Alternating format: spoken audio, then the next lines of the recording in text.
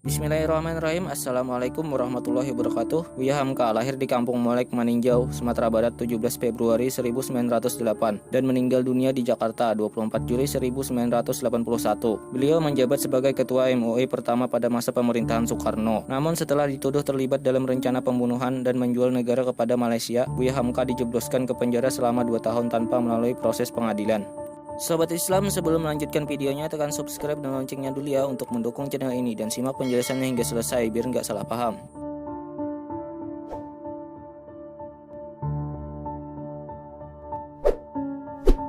Ketika di penjara, beliau hampir bunuh diri karena merasa putus asa. Setan terus berbisik di telinga agar mengambil silet yang tertancap di dinding penjara untuk memotong nadi tangan beliau. Antara suara iman dan suara setan yang berbisik, akhirnya iman beliaulah yang menang dan Buya Hamka tak jadi bunuh diri. Itu semua tertulis dalam buku tasawuf modern karangan Buya Hamka.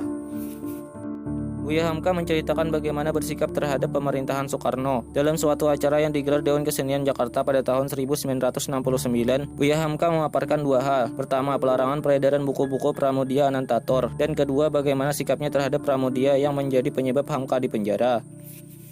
Disinilah kebesaran hati seorang Buya Hamka diuji. Ia memaafkan Pramudia, padahal namanya dihancurkan Pramudia lewat tulisan di Surat Kabar Bintang Timur yang merupakan media pro PKI. Dalam surat kabar ini terdapat kolom seni budaya bernama Lentera. Kolom itu diasuh Pramudia.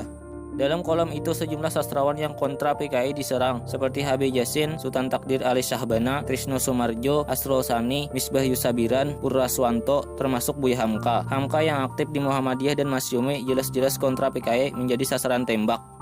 Buya Hamka kemudian ditahan karena dianggap melanggar Undang-Undang Anti-Subversif Pempers nomor 11. Ia dituding terlibat dalam upaya pembunuhan Soekarno dan Menteri Agama saat itu. Namanya dihancurkan, perekonomiannya dimiskinkan, karirnya dimatikan, dan buku-bukunya dilarang beredar sejak itu. Tetapi Buya Hamka yang seorang ulama besar Indonesia tidak pernah menyimpan dendam. Buktinya saat Kafrawi, Sekjen Departemen Agama, dan Maijen Suryo, ajudan Presiden Soeharto, datang ke rumah Buya Hamka membawa pesan dari keluarga Soekarno pada 16 Juni 1970. Pesannya, Buya Hamka dengan hormat diminta mengimami sholat jenazah Soekarno.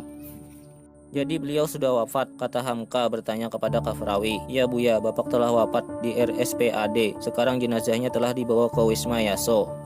Buya Hamka pun terkejut. Pesan tersebut ternyata datang seiring dengan kabar kematian Soekarno. Tanpa pikir panjang, ia kemudian melayat ke Wisma Yaso, tempat jenazah Bung Karno disemayamkan. Sesuai wasiat Soekarno, Buya Hamka pun memimpin sholat jenazahnya. Buya Hamka bahkan memuji Soekarno yang membangun Masjid Baitur Rahim di Istana Negara dan Masjid Istiqlal. Ia pun menyelesaikan tafsir Al-Azhar yang menjadi karya fenomenalnya berkat andil Soekarno. Sebab tafsir yang masyhur seantero Asia itu diselesaikan saat ia berada di penjara. Itulah sedikit kutipan tentang kisah hidup Buya Hamka dalam menyelesaikan tafsir Al-Azhar. Terima kasih sudah menyimak hingga selesai. Jangan lupa like dan komennya ya teman-teman.